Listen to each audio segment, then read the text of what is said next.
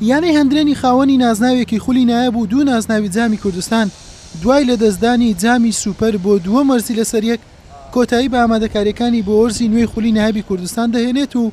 ئامانجی ڕکابەریکردن لەسەر هەردوو نازناوی خولی نایاب و جامی کوردستانە بۆ ئەم وەرزە. بەڕاستی ئەمە لە جامی سوپەری کوردستان بەڕاستی برێ مەرحەلەی ناخۆشە هەم زارە دەڵێن جامی سوپەری کوردستانی بەڕاستی دوو برێم خاڵە یان ئیجابێ یان سلبیە ئەگەر برێم خەسارە بانێسامە برێم دۆڕانیتمان لە بۆ ئێمە ناخۆشە دەبێ ئەمە بەڕاستی ئیش لەسەوەی بکەین و برێم یاریزانەکانیش لەبیرکەن ئەو برێم یاریەی بڵێم وڵی لەبیر کرێ 100% ناوەڵە بەس لەوانێن لە ڕۆژەکانی داهاتوو ئەمە لەبیریکەین ئیشمان لەسەری کردیە و ئیشیشی لەسەر دەکەین بەڕاستی ئەمە ئامادەکارەکانمان یاخود ئەمە پلانمان چێ لە بۆ ساڵان ئەمە هەموو کات چامان لە نازناوی خولی کوردستان بوو خاصن لەو سێ ساڵی ئاخیری یانەی هەندرێن بۆ ئەم وەرزە تاوەکو ئێستا خاوەنی نزیکەی 22 یاریزانە تیپەکە کەمترین گۆڕانکاری بەخۆیەوە بینیوە گرێبەستی 15 یاریزانی نوێ کردوتەوە و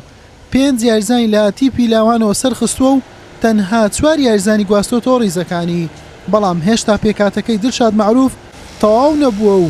دەیەوێت یاریزانی دیکەش بهێنێتە ڕیزەکانی.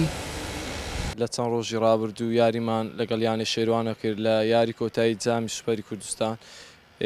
یاریەکی زۆر باشمان کرد بەڵام قسمەتی خوای گەورە بوو مۆفەق نەبوون یاریەکەمان نەبردەوە ئەو یاریەمان لە فکر کردەوە ئیشاڵڵا بۆ ئەو یاریەی سیروانی نوێ ڕۆژی هەینی خۆمان باش ئامادە کردو ئامادەکاریەکی باشمان کردووە خاڵی بەهێزیوانمان دەستنیشان کردو ئیشاڵڵا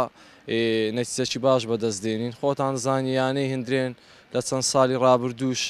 ڕکابەرێکی بەهێز بۆ لە خولەکانی کوردستان ئێمەش دەمانێت ئەو ساڵیش لە تۆپ 4 بین ئەوەش جوهود و ماندووبوونی دەوێتن ئیشاڵڵا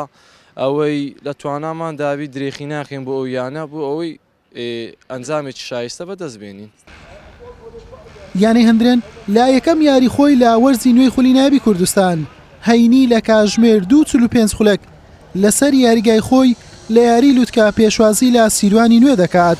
تیپەکە ئەم وەرزە تا کۆتایی هاتنی خول 22 یاری ئەنجام دەدات.